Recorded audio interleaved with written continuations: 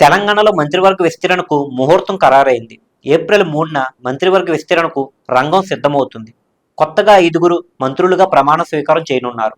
సామాజిక, ప్రాంతీయ సమీకరణాల ఆధారంగా మంత్రివర్గంలో మార్పులు చేర్పులు దిశగా తుది కసరత్తు జరుగుతుంది. ఇప్పటికే కొత్త మంత్రులను దాదాపు ఖరారు చేశారు. ఇదే సమయంలో తాజాగా ఎమ్మెల్సీ అయిన విజయశాంతికి మంత్రి పదవి విషయంలో అనూహ్య ట్విస్టులు చోటు చేసుకున్నట్లు పార్టీ వర్గాల సమాచారం. రాములమ్మకు మంత్రి పదవి ఇస్తారా లేదా అనే విషయంలో భిన్నాభిప్రాయాలు వెల్లడవుతున్నాయి. కేవలం ఎన్నికల సమయంలో పార్టీలకు వచ్చిన ఖమ్మం జిల్లాకు చెందిన 2 నేతలను ప్రభుత్వం ఏర్పాటులోనే కీలక శాఖలు ఇచ్చిన అంశాన్ని మరికొందరు గుర్తు చేస్తున్నారు. సీతక్కకు హోంశాఖ ఇవ్వడం దాదాపు ఖాయమైనట్లు సమాచారం. వాకిటి శ్రీహరి మైనారిటీ కోటాలో ఎమ్మెల్సీ అమీర్ అలీఖాన్ను పేరును పరిశీలిస్తున్నట్లు సమాచారం. మున్నూరు కాపు వర్గానికి అవకాశం ఇవ్వాలనే డిమాండ్ వేళ విజయశాంతి పేరు ప్రముఖంగా వినిపిస్తుంది. వరంగల్ కోటాలో ఇది పరిశీలనలో ఉందని చెబుతున్నారు. అయితే ప్రస్తుతం ఉన్న మంత్రులను తొలగించేందుకు రేవంత్ సుముఖంగా లేరని సమాచారం.